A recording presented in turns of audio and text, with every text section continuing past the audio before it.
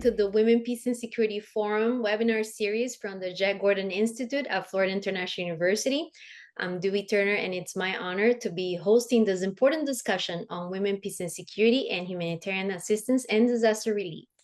This conversation is especially important right now as we are in the middle of the Atlantic hurricane season, and we are also observing numerous other hotspots around the world.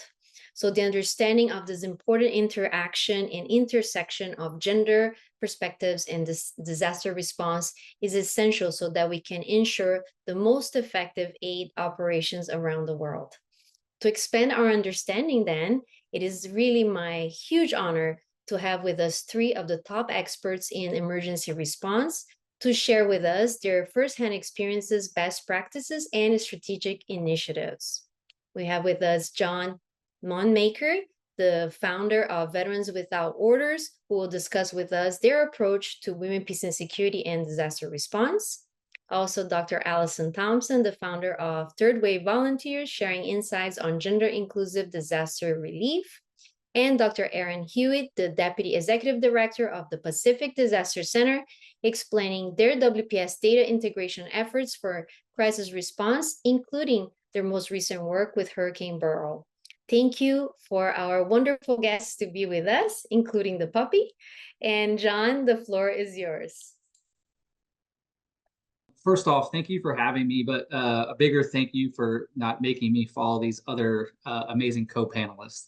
I'm John Nonnemaker, the director of a nonprofit called Veterans Without Orders, the former deputy director of Team Rubicon International, and a retired lieutenant colonel where most of my work was in the HADR space as a civil affairs officer. Also, I want to just point out that I am a trained gender focal point. That does not make me an expert, but these are the experiences that I'll draw on today and give you kind of what I think are three nuggets, three takeaways of things that I wish I would have known or would like to talk to you guys about. I'd like to caveat this with the fact these are my raw comments and thoughts, not a reflection of any organization I work for or have worked for in the past. The first one I'll point out here is only women. And what do I mean by that? I'll give two examples. With Veterans Without Orders, we have 4 lines of effort, allowing veterans to continue to serve, honoring fallen soldiers, and providing clean water across the planet. But our fourth one and most important one is empowering women. One of our main capabilities, and you can kind of see it here on the slide, is handing out these fist-sized filtration systems that last up to 15 years and provide enough clean water for 5 families. We'll go into a village and we'll divide the village up into 3 areas. And the first one taking men off to one side, and they will primarily be doing physicals and health clinics. Then we'll take all the children to the other side of the village, and we'll focus on primarily training them in hygiene techniques, everything from washing your hands to sneezing into your elbow. With only women and focusing primarily on only women, we found that the filters just lasted longer, and we really didn't know why. One of the key indicators that we found out, like if you give this filter to a guy or man in their village, and he finds out that filter is worth $40, he may take that filter and sell it because $40 can feed his family for up to a month.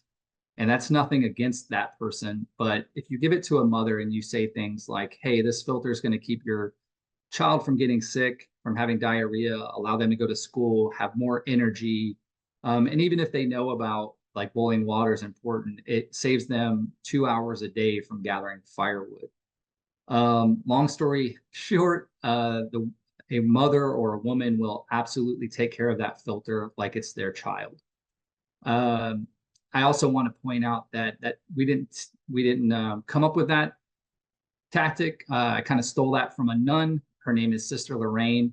She runs an organization called Water with Blessings, now known as Water by Women. If you get a chance to look at their website, I absolutely want to give them a huge plug. They have a lot of initiatives going off in Haiti, and she has been one of my mentors. Another quick example of only women. In disaster response, obviously things like fallen trees is important. So I work with an organization called Team Rubicon, and we do most of our training on chainsaws is blended with men and women, but our Canadian colleagues have started doing some of their training for the women with only women. That's planning it, conducting it, and actually the attendees are all women. And they found a lot of the outcomes from this training for disaster response and humanitarian assistance has absolutely, the learning outcomes have been doubled. If you think about the differences for a man and how a man holds a chainsaw versus a woman, that's one big example. Another one is if you think about making safe places for women to learn in maybe areas in which it's a very male dominated skill set, such as chainsaws or lumberjacking. So just to recap, the first one is only women. And I actually got to see a little bit of this in DOD in the Army, where they would have complete airborne operations that from the pilot to the jump masters to the jumpers, all being women, and have a lot better outcomes. So the second one I'll highlight is gender focal points. Whatever organization you're in, I want to point out that it's extremely important to try to get gender focal points on your team. A gender focal point training could be a week long. It could be, as Dewey says, maybe even 4 hours. But it arms them with enough information to be dangerous. But more importantly, it arms you with enough information to figure out where you need to call experts. I'll give one example. I was at Fort McCoy working the Afghan resettlement operation. Just as a normal volunteer with Team Rubicon, and really noticed a lot of issues from baby formulas to daycares. The hygiene kits had the wrong items in them, and realized I needed to phone a friend because it was starting to become a pretty bad issue there. I picked up the phone and I called Sharon Feist, who is an OG in the women, peace, and security space, an absolute trailblazer. She activated her team, and then they actually got integrated into all Afghan resettlement operations to include all the planning going forward. Like I said, as a gender focal point, I was at least smart enough to call a gender advisor to get them integrated into this operation. I don't want to say it's a positive story, but one of the things is I've heard this Afghan resettlement story now 2 times in the past 6 months as being an example. I was actually there, and I've heard other people talk about the impact.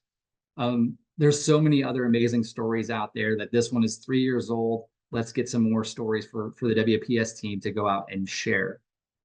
As a civil affairs officer, if you look at that photo in the far right there, during things like wargaming, the commander can say, hey, we're going to, or even in real world planning, the commander can say, hey, we're going to blow this bridge up, or this, take out this bridge. As a civil affairs officer, I would look through the lens of the population and say, if you take out that bridge, here are the impacts that's going to have on the population. Whereas the S2 would look at it and go, hey, if you take out that bridge, the enemy is not going to be able to cross over that ravine or river. A gender focal point can sit at this table and look through things for the gender lens. And that's why I think it's important to have gender focal points, not just in your organization, but if your organization can afford or has the resources to train gender focal points, please have them look outward and help some of these other organizations, DOD or UN cluster meetings, to get them in there to be part of the planning, because that will really help with a lot of missteps. If you look at this photo here, I have a question for you, the far right one. Can a guy be a gender focal point? Absolutely. I'm ashamed to say that there's a lot of places across the world, even here in the US, that there's rooms where women are still not represented. Please be a sounding horn, an advocate to get more women involved with the planning, get them at the table, and be a voice. Just this photo on the right, for example, as I looked up wargaming, the first 9 photos on Google, not one had a woman represented in the wargaming process. The last one I'll leave you with is kind of more of an ask than a tip. I've got to see WPS get integrated into DoD policy at all levels around 2017, watch it grow, watch it become this amazing thing. The fear I have is coming up in the 9/11 era, what I realized is if I linked anything to the word counterterrorism, I could probably get it funded.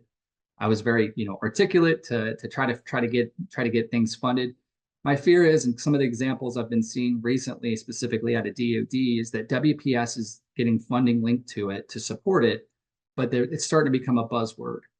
For me, I think WPS can absolutely be a force multiplier. And I think it's on us and other advocates to show to people or to commanders, to CEOs, to leaders, how important it is and how it can literally be a force multiplier.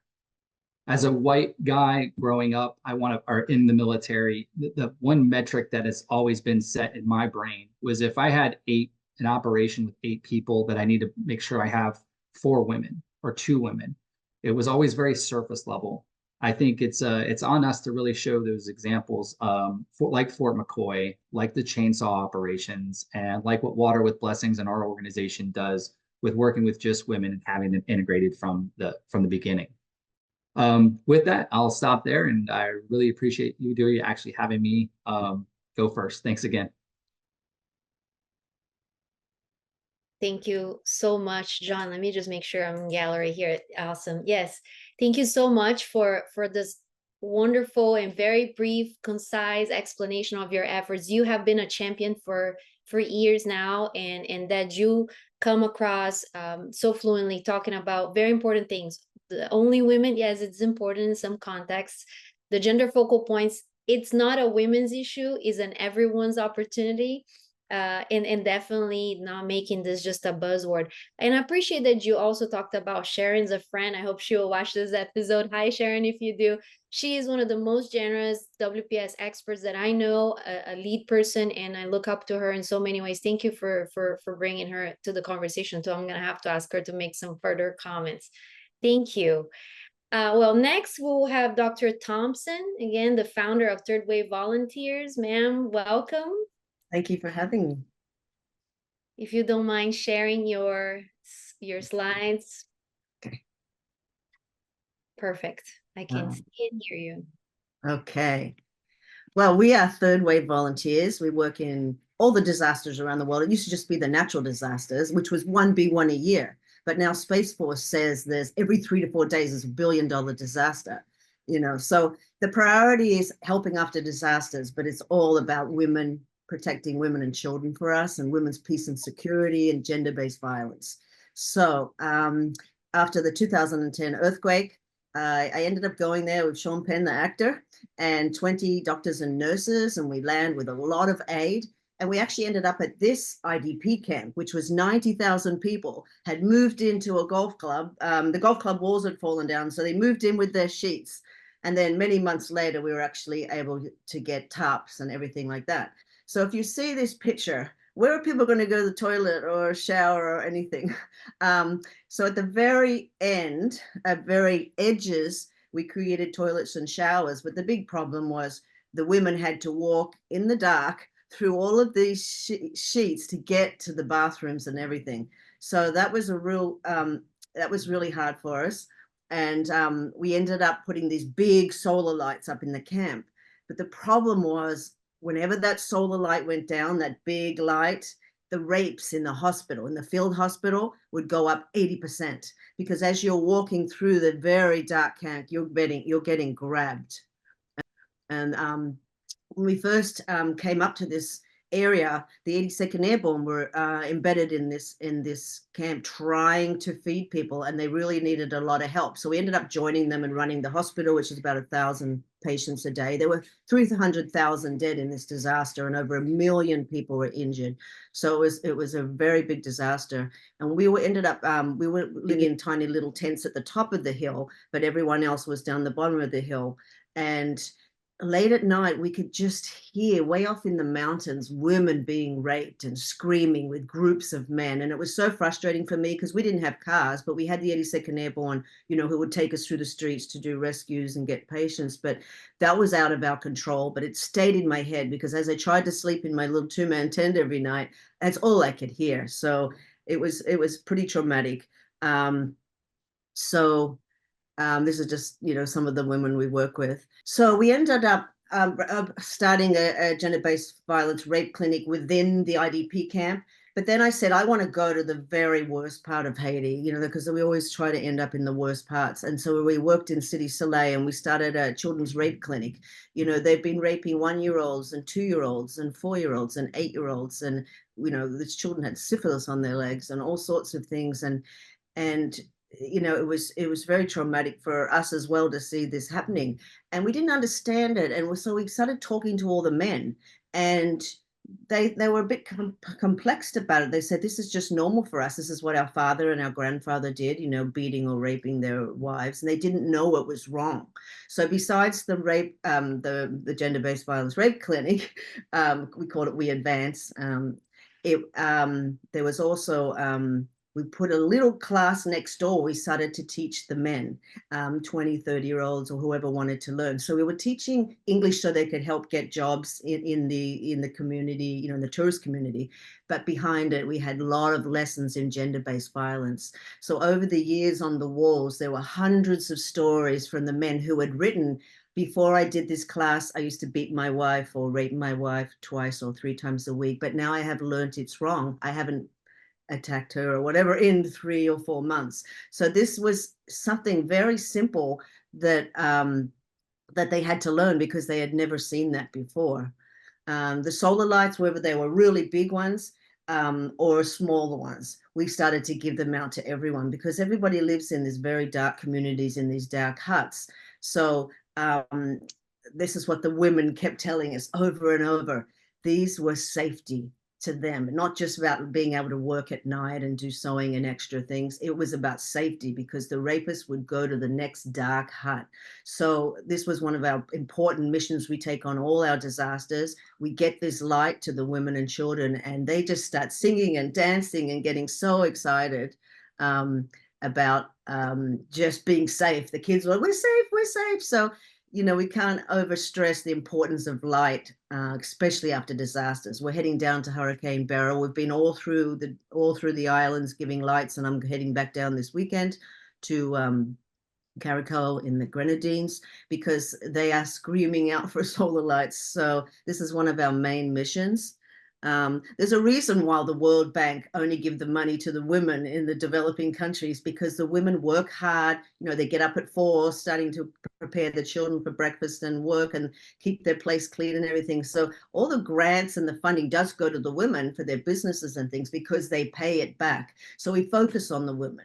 But we realized it's not just about the women over here and the men over there. No, we need men to join us and to be educated about gender-based violence and women and peace and security, because we have to send the rapists out of the village and come together as male and female in protection. And this was just some of the women's groups that we were working with down there. We also work in the face of climate change. We do a lot of water filtration as well. This was the team we ended up working with, the 82nd Airborne and the Haiti, and they'd all just flown in from Iraq and Afghanistan, and they were only having, there was nowhere to wash for the first month or so, and then they were just having 1 meal a day to eat. So I know that they needed to work with us to help manage this 90,000 people, and so it was a really good collaboration of the military and NGO, and it actually really worked nicely together. I ended up representing Haiti as the ambassador in COP22. So it was all about getting the message of the environment, and everyone was ignoring them. So I grabbed all the solar lights out of my bag and I walked down the forum, and then suddenly all the news crews came to interview, the Minister of Environment. Ended up getting married in Haiti with a volunteer. And if you have a little look, I just wanted to include this because, there's so much work and it's such heavy, heavy work, but it's also really rewarding, and there's another whole side to it as well.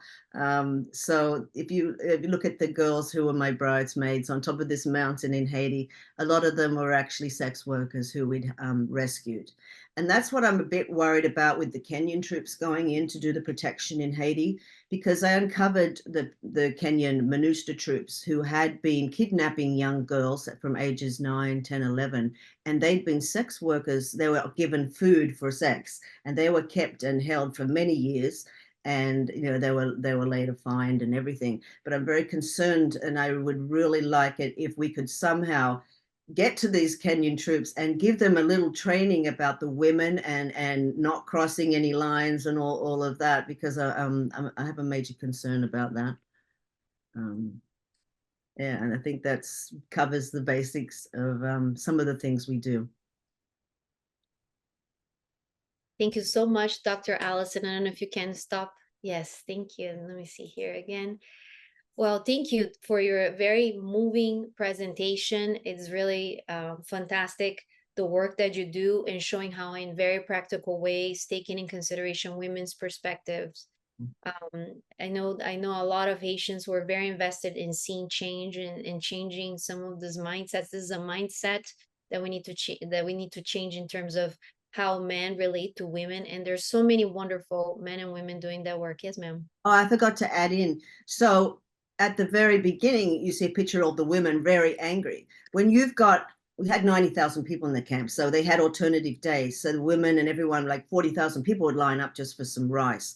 And the thing is, they put the men in charge of it all. So these men were like being very aggressive. They had on rap music and everybody was going nuts, waiting from 3 a.m. to be fed around lunchtime.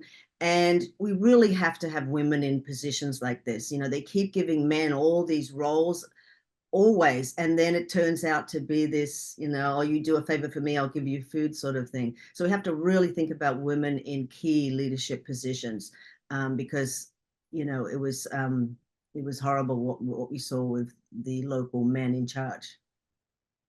Thank you. Yes. So this point is so important. And the idea of changing the mindset, making sure that we have men who understand and that have champions like John and so many others that now are working all around the world, including Haiti, to change that locally and create awareness globally. And I also appreciate what you mentioned about working interagency, right? The NGOs working with academia, working with the military, working with the private sector, people who can really make a difference in meaningful ways, not just show up and try to address very complex issues. And the lights that I have one here with me, the red one here. I love it. It has changed my life from the moment you introduced these stories to me. It's moving in every way, you know, practically and also metaphorically, bringing light around the world. You're just the closest thing I know to a superhero. So thank you so much for sharing your insights. Thank you. And then next we have Dr. Hughey from the Pacific Disaster Center. I am a fan. I'm also a fan of data, of the biggest brain, sharing data, crunching it, and really putting into the world in the most useful ways. Thank you for taking the time and being with us all the way from Hawaii. Welcome. Thank you and aloha. It's a pleasure to be here today. Those are 2 hard acts to follow, so I'm going to do my best. But I do want to just thank John and Alison for their contributions. And I think that John spoke a little bit about, you know, funding and investing and making sure we're using limited resources, and Alison touched on that a little. And that's one of the things that we do at PDC. Our main focus is really a mission of humanitarian assistance, but to do that with the best science and the best technology, really with a focus on operationalizing data, which is very hard to do. But ideally, what we want to be able to do is provide to John and Alison, to the UN, to the Department of Defense, and many others, the necessary analytics to be able to say, not only what's happened, where it's happening, how bad it is, but what should we do about that? And so today I'm going to talk to you a little bit about how we conduct advanced analytics, the importance of women, peace, and security, and then really how that has integrated into the work that we've done around the world. So one of the things that PDC is very proud of is our advanced analytics program and our data science team, which really serves as an underpinning to provide early warning for all and to understand really complex emergencies that are happening around the world. So for us, we like to do this with data and analytics. And we have a very robust program where we're going all the way from hyper local events like here in Maui when we supported the Maui wildfires last year to global assessments. because that data and information is needed, but it's needed in an extremely timely manner so that it can support response, but also in advance so we can support preparedness activities. So I'm going to talk to you a little bit about the Advanced Analytics Program, and we're going to start with women, peace, and security. And the reason I want to start here is that this is not the first assessment that we had ever done, but it's probably one of the most important that has fundamentally changed the way that we build our assessments and the way that we integrate metrics that represent women, the needs of women, and to better understand the circumstances that they might be facing, even if we're not able to get on the ground like Alison, or in some cases like John was talking about. So think of us as the provider of data and information that's sitting there. We're here to enable you and to enable the amazing work of so many different agencies and organizations.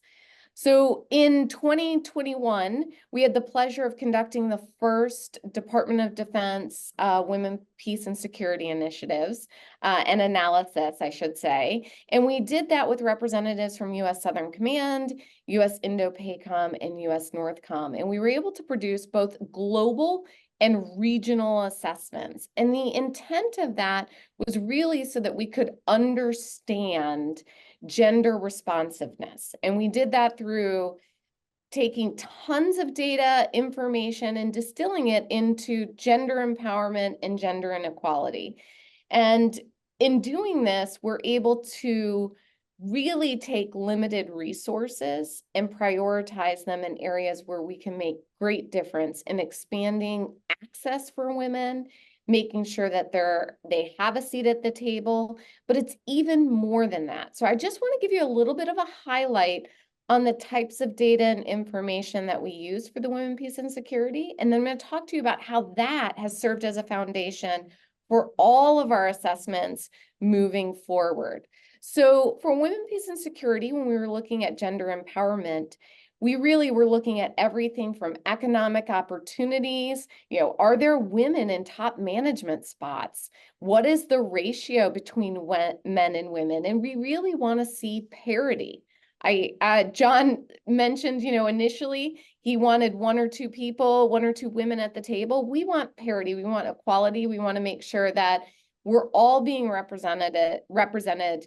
But we also look at other things like rule of law or gender-based access to justice. We're looking at healthcare access, advanced education, as well as security capacity. So how many women are in law enforcement or in the UN peacekeeping personnel that are headed into Haiti? These are things that help us to understand the landscape of women, peace, and security, and to support investment. But then on the opposite side, we also looked at gender inequality. So do women have access to information? Do they have access to healthcare? What does it look like for their personal security? And our last speaker talked a little bit about the really tactical items that we did to protect women, which are absolutely critical, but also the policies that are needed. So the idea and the intent behind the Women, Peace, and Security analysis was to be able to take these indicators and assess where a country stands. So we, as I mentioned, we conducted that for the globe, and then also provided that at the regional level. But as our analysts were doing the work and we had the opportunity to engage with so many amazing individuals in the Women, Peace, and Security Initiative, we realized that the elements that we were measuring for women, peace, and security are actually the elements that are needed across the board for healthy communities, for equality in disaster management, for understanding who is most vulnerable. So since conducting that assessment, I'm very excited to say that the underpinnings of the Women, Peace, and Security analysis have been integrated into our annual global risk and vulnerability assessment. So we're not just assessing, are you vulnerable or not because a hurricane or a storm is coming your way, but we're also looking at the key components that make communities vulnerable in the space of women, peace, and security. We've also integrated it into our global climate change initiative and analysis. And this is looking at climate change between now and 2050, because we're alive, because that's the lifetime of a building, because we can do something about that now. And very excitingly, we've integrated these indicators in the approach to women, peace, and security in our subnational assessments that won the UN Sasakawa Award in 2022. So we're not just looking at a country, but we're looking inside the country as well, because we know that many countries are quite diverse. Even if we look at the United States, Dewey, you're in Florida, I'm in Hawaii, John's, in Kansas. These are very different landscapes. And so we want to be able to capture that. And we also want to capture what the experience is for women, peace, and security in that realm. And then I'm very excited to announce that we're also integrating women, peace, and security in the first global planetary health assessment that we're doing with an amazing group of women out of the Sunway Center for Planetary Health in Malaysia. And we're integrating that as components of both human health and the ultimate analysis on planetary health. So I wanted to just highlight some of those data and the importance that women, peace, and security play in the underpinning of our data holdings and our advanced analytics, because ultimately we want to operationalize that data. We want to make that data useful to you, to your families, especially as we're entering hurricane season, as Dewey had mentioned. We want to make sure that all of this information that we have is integrated. So what we have done is we've taken these assessments and we've worked them into our disaster-aware technology that supports emergency managers around the world. We also have disaster alert on your phone. It's completely free. You can get it and get updates for hazards that are around the world. And we're monitoring for 28 hazards. And those hazards will tell you what the potential impact is. And why this is important is that all of the analytical data that I showed you for women, peace, and security, for the climate change, for the hazards, is getting integrated into a quick operational brief that's called event brief. And it tells us what happened, where did it happen, how bad it is, and what do we need to do. So what you're seeing on the screen right now is actually the event brief for Burl just prior to impacting Jamaica. So this is the data that was being used by SEDEMA, by UN OCHA, by US Southcom, by World Food Program, and many, many others. And we've been able to do this to assess really what the potential impact is. We can see here that this initial assessment was 2.9 million people that were exposed and over 900,000 households. But we break that down even further into those that are most vulnerable. And how do we get that vulnerable score? Well, that is a composite of much of the data that's included in the women, peace, and security element of our risk assessment. And from there, we're able to break down how many are children versus adults, because the needs are very, very different. And then, of course, understanding the impact on schools and children, the total economic impact, and the likelihood of impact to lifelines like power, communication, and transportation. And Alison mentioned needing light. And we see right now with the major storms that have come through, the power outages, that need for light is going to be everywhere. So I just wanted to highlight some of those. I know there's much more that I can talk about, but I think we'll have an opportunity through the questions to get to that. So let me pause there and say thank you very much for your time. I'm really appreciate having the opportunity to speak with you today. Thank you so much, Dr. Hughey, for your presentation. As always, I am a big fan of your work. I remember using the PDC data back in the day when I was a meteorologist, and I could tell that this was going to be fantastic for women, peace, and security, and you have just done an amazing job, especially when we need we need data for looking into the future and preparing, but we also need data now when we are preparing to leave and have to act. And you have really put it all so nicely, laid it out. I was in Panama last week, and guess what I had on my slides was data from the PDC showing how important really it is to understand the problem we're trying to solve, and see what are the strengths, what are the vulnerabilities of the populations we're engaging with. And yes, this is a huge piece of the puzzle, and you're definitely closing the gap there. So thank you.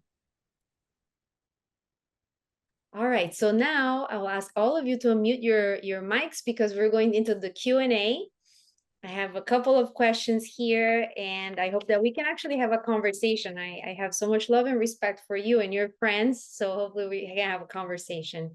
I'd like to start with Dr.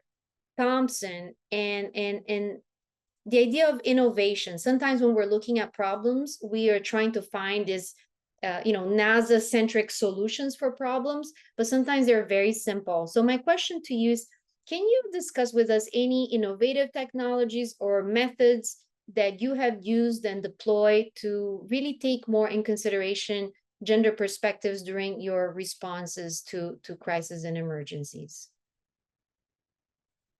I think you're muted still. Okay. Everybody, you can unmute. Yeah, thank you. I think I answered that in my presentation, actually. It was really about light and the importance of light, and a lot of it just really for the protection of the women and children in very large camps, or if they're in their homes and everything like that. One of the main problems is if a woman reports her husband raping her children or herself, and then he's arrested and he put in jail, she'll go the next day and say, no, he didn't do it, because she's got 8 kids and he's the breadwinner and she can't survive really without him. So we've had that major problem. But it's just mainly for us, it's been really about the solar lights, and educating the men and bringing them alongside us. And we do programs like that. So that, I know I covered that in my slide. So yeah. But this actually is extremely useful, and I know in your experience in Haiti and many other parts of the world. But John, you also use the lights. You deploy them. Can you tell us a little bit about that? Because when I saw the photos that you sent me from your op, I actually had tears in my eyes seeing that. Yeah, so the big statistic that Alison shared with us in the past is that you put these into IDP camps, and things like sexual assault and violence are reduced by like over 50%. So for me, that was a great indicator that we really need to incorporate those into all of our responses, and which we did when we went to Morocco. And after the disaster there, I think last year, it's been about a year now. But one of the lights for us as a response capability were also not just amazing providing light, but it also allowed us a gateway to do other operations, because in villages, they understand light and electricity. They may not understand that their water's contaminated now, but the lights allowed us to get access in to do other things as well. So with that, Dr. Alison Thompson, lights are a huge part of our capability now. So that's because of some of the work that you've done. So thank you. And for us that work in this space of crisis response, I don't necessarily do it now actively, but I have in the past. Dark is dark. Dark in the jungle is very dark, and any amount of light breaks that darkness. So these lights are really fantastic for many, many reasons. So thank you. And I want to switch a little bit gears. We were talking about lights as a huge opportunity for crisis response. But John, I'm going to stay with you and focus a little bit on the challenges too. You have done a lot of work around the world, and and you have this mindset of including gender perspective. So in your capacity as a humanitarian and leader, what are some of the challenges that you have observed in trying to implement some of those gender inclusive strategies during your responses? And I wonder if you have any ideas of how we can overcome them. Yeah, I'd say the biggest one are just cultural norms of that country, and they're very different across the world. And that really creates a barrier to have access to working with just women. If you go into some parts of, now I won't name countries, but parts of this CENTCOM area of operations, you're not even allowed to talk to women. You actually have to talk to a man that interprets to the woman like an interpreter. There's some parts of Central America that we worked where we go into villages and realize like, well, we want to talk to the women, and we realize like, well, the women can barely see. So we're like, okay, let's take in glasses so they can see, so they can absorb our education. And we get comments back like, "What? Well, I'm a woman. Why would I need to see?" Which is still mind blowing in the year that we're in right now. I would say that some of the ways to overcome those are, one, patience. Two, we use a lot of distraction. So like when we'll go into a village, we take doctors with us, and we'll say to the men like, hey, would you rather go see the doctor, or do you want to stay here and learn about water? And they will go see the doctor first. I'd also say having women on your team is absolutely critical. And then like Dr. Alison Thompson said, is putting them in leadership roles, putting them up front, having them run things, and not just having a male. That makes a huge difference. And that kind of bleeds over into another comment that's always been made, is education. Educating a man that rape is wrong seems crazy in our culture, but in other cultures, that's just how they were raised. So I think no matter what we can do, the biggest thing we can do is educate. And the last comment I'll have is kind of back into the distraction mode. We just finished a project, and we're actually have an ongoing project in Africa where women aren't represented. And so what we did was we went into the schools and trained a bunch of juniors and seniors in high school, and we made it an education program. So they're accepted in their villages because it's all part of school, not necessarily they're coming in trying to push water initiatives into that village. Yeah, that's fantastic. Thank you for sharing those perspectives. As you were sharing your insights, I think we keep returning to this conversation of gender-based violence. And I feel that's a crisis within a crisis, that, a crisis is a place that vulnerabilities just come through. And it's not necessarily always the case, but there is an important part of crisis where vulnerabilities become even more vulnerable within those contexts. So it's important to really think of the unthinkable, as hard as it is. It's a very right brain, left brain conversation. It's emotional, but it's also pragmatic in many ways. Yes, Dr. Thompson. I was just going to say another example of that. We're working on the front lines in the Ukraine war. And at first I took males and female medical teams and everything. But then it seemed like we were always getting pulled over and against the wall. Like, you guys spies, only the guys. So then I ended up taking female teams, and it worked really well. We were never pulled over. They trusted us. And, working with the women in Bucha who were violently raped, 90-year-olds and 2-year-olds, it was good that we had a female team, because the women didn't want to work, have a man looking at them or anything like that. So, it comes into play there as well. Thank you. And this is such an important conversation, because in the women, peace, and security space, we like to talk about, valuing the women, valuing the man is not a 0-1 sum. But I think we also have to realize in some contexts, it's really very valuable, can be very valuable to understand those different dynamics and be able to apply them accordingly. So again, I go to this idea of you have to have a lot of intuition, but you also have to be very pragmatic, have the data. So maybe this is a question that now I transition with, okay, show me the facts. And for Dr. Hughey, I have seen your work, we have worked together. The amount of data that you're able to crunch and really just give to us as, a gift from heavens here is in one slide, everything, 20 years of data all over the world. Here it is for your understanding. Those are very important frames and pieces of information that we need. But I'm wondering too, in terms of data, if there are any specific metrics and how we can use them to show success in the long run, because we're looking with the data, looking back and looking at what worked, but how can we, in a way, almost as a meteorologist looking at it, how can we forecast trends and use this data specifically for women, peace, and security in this context of crisis? So I want to tie that into your first question, which was on innovation, because I think some of what you're talking about, this left brain, right brain, this very, very hard to talk about subjects, and yet we want to be able to know where to invest money, right? But nobody's counting the women. I don't think there's an official count of every rape. I don't think there's an official count.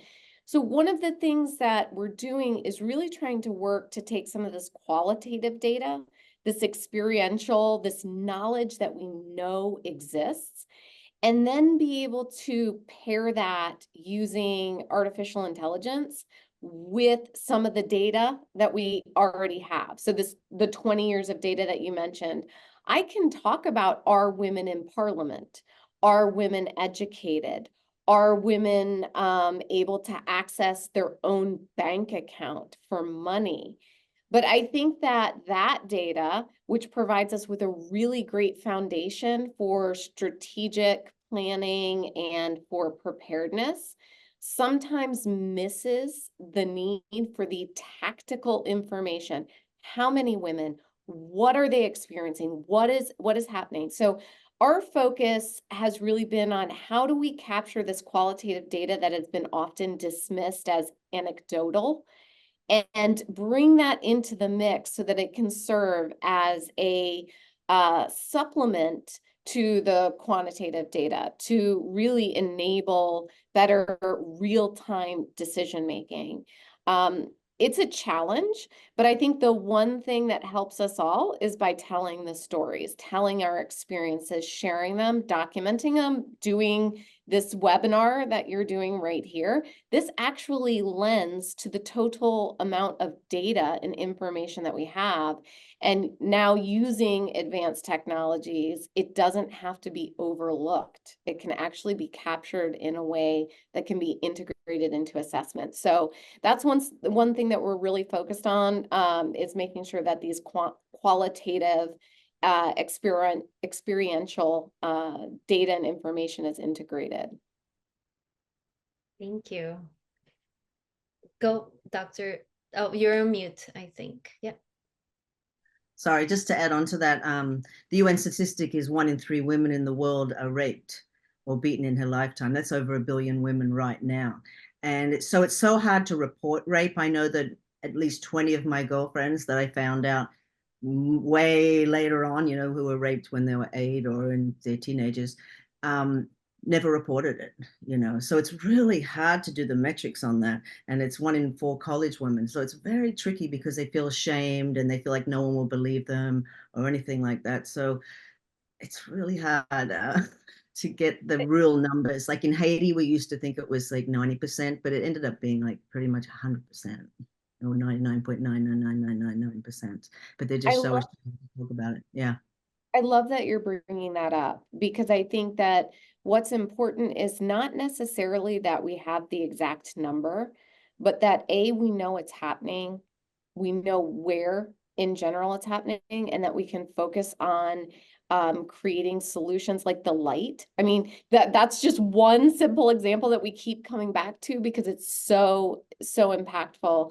And so I think taking that data, I often say to people, we need data that's accurate, but you don't need precision. There's a big difference in saying that I need to know this house on the corner of Main and 4th, or I need to know that in this community, this is happening, because that's where we can make sure that we're not getting lost in the analysis paralysis, but rather in the information, the stories that can drive the action. So yes, I just wanted to add that because I think it's so important to hear the stories. No, that's really good. And one of the things is I've interviewed over 30,000, you know, gender-based violent victims and everything. And, you know, we think it's from the disco, walking home, or the club or anything, but it's over 96%. It's father, brother, next door neighbor, babysitter, someone in the community.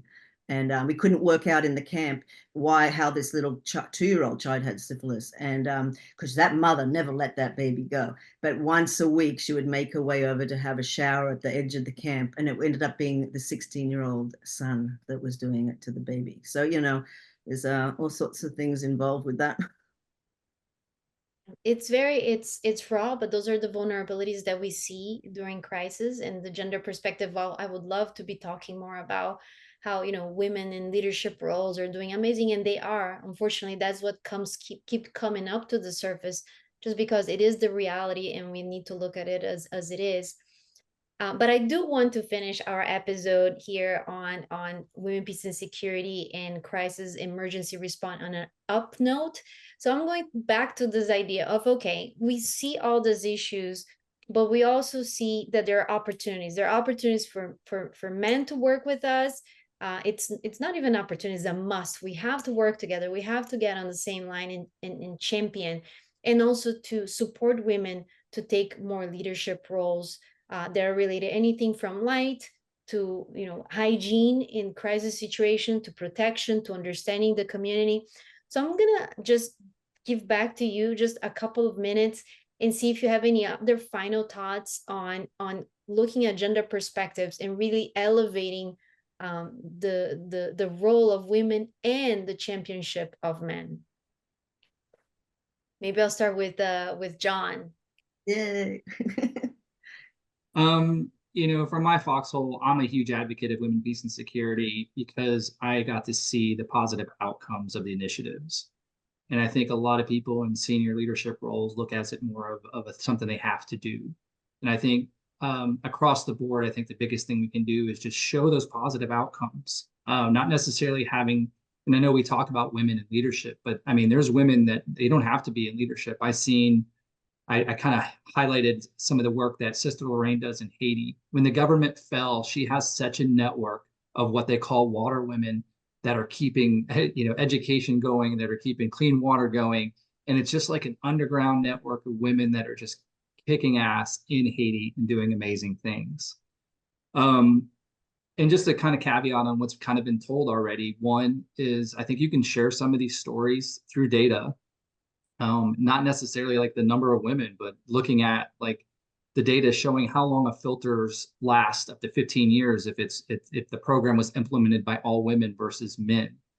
It just showed the amount of how much money or funds that I think somebody talked about earlier, how much funds are actually go to the project because it is going, women are managing the funds. And then doing that, not just with data, because people like me, I mean, Erin knows this, I don't know data. But I know it's colors and stories. But I think the thing that we can share are lots of stories that show the value of women, peace, and security. Thank you. Everybody has a role, and you're right. Thank you for highlighting that. Not everybody needs to be in leadership. Not every woman, not every man. Everybody has a role and is really understanding. I think it was from you, John, that you said even the children, right, with like being able to put little pieces together of filters, wasn't that? That was very useful for the children to be involved in the process during those instances where you needed to put filters around. Yeah, and I think, one thing that the military did well with implementing women to leadership roles, we started 40 years ago, and now you have a plethora of 4-star generals.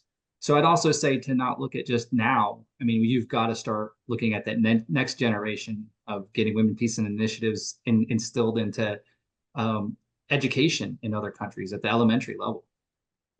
So 40 years from now, this doesn't even have to be a topic. It's just what things are. Right. It's not a zero-sum game, as everybody's important in every role. Thank you. Dr. Thompson, any final words here on how we can finish this conversation on uplifting, working together, tone? Our motto is everyone's needed. And also it's easy to be in the wrong place at the wrong time, but it's leadership to be in the wrong place at the right time. It's just all about men and women all working together on this issue. We just can't do it alone. And, but it comes down to a lot of policy in the end, especially in certain countries. But yeah, it's just working together and on this, because we just can't do it alone as females. It's not about standing in the corner burning our brows or anything like that. It's just about coming together with a plan and education. Education. Thank you. Dr. Hughey, we'll finish with you.